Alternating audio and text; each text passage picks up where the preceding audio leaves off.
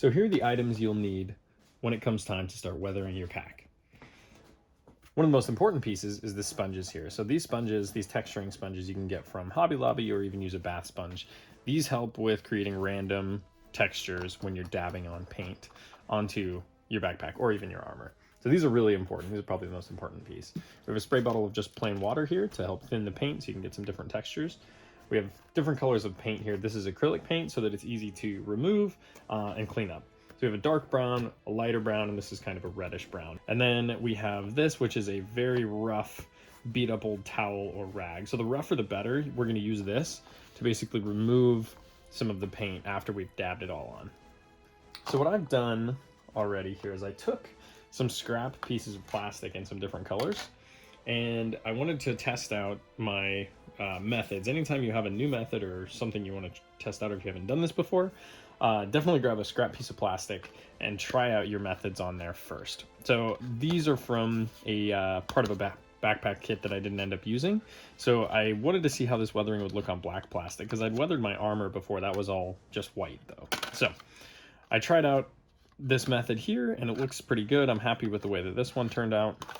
This was the first one I did. It was a little heavy, so I tried something different on this guy and this one as well. So I felt okay about how these weathering tests turned out. So now I feel more comfortable going in and actually doing the work on the backpack itself. So for starters, I am going to use the back of my backpack. So this will be the face that is not visible when the pack is being worn. So that way, if I make any mistakes or realize that I want to change any techniques, I haven't done it on a place that's difficult to remove from or that matters that much. So I'm going to start with the back of the canteen and the seed trays here. First up, I'm going to use a little bit of my darker brown color, and you really don't need much. I'm going to take one of my sponges, and I'm also going to get some water on here just to thin it out.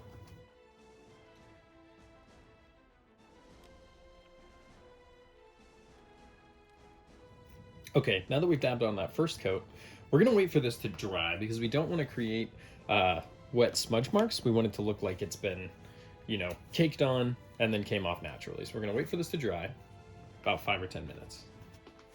Okay, now that this is pretty much dried, we're gonna take our rough rag or towel scrap, and we're gonna get this a little bit damp.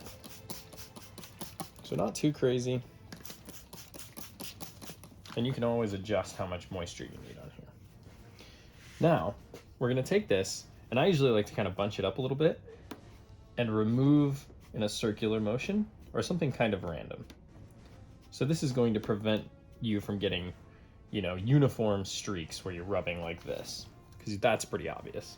So we want this to look more natural.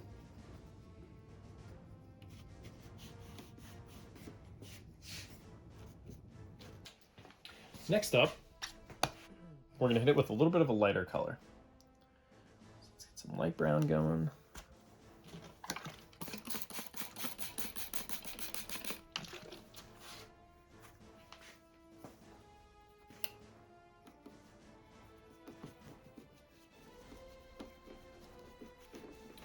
Now we're going to go back in with the same technique as before.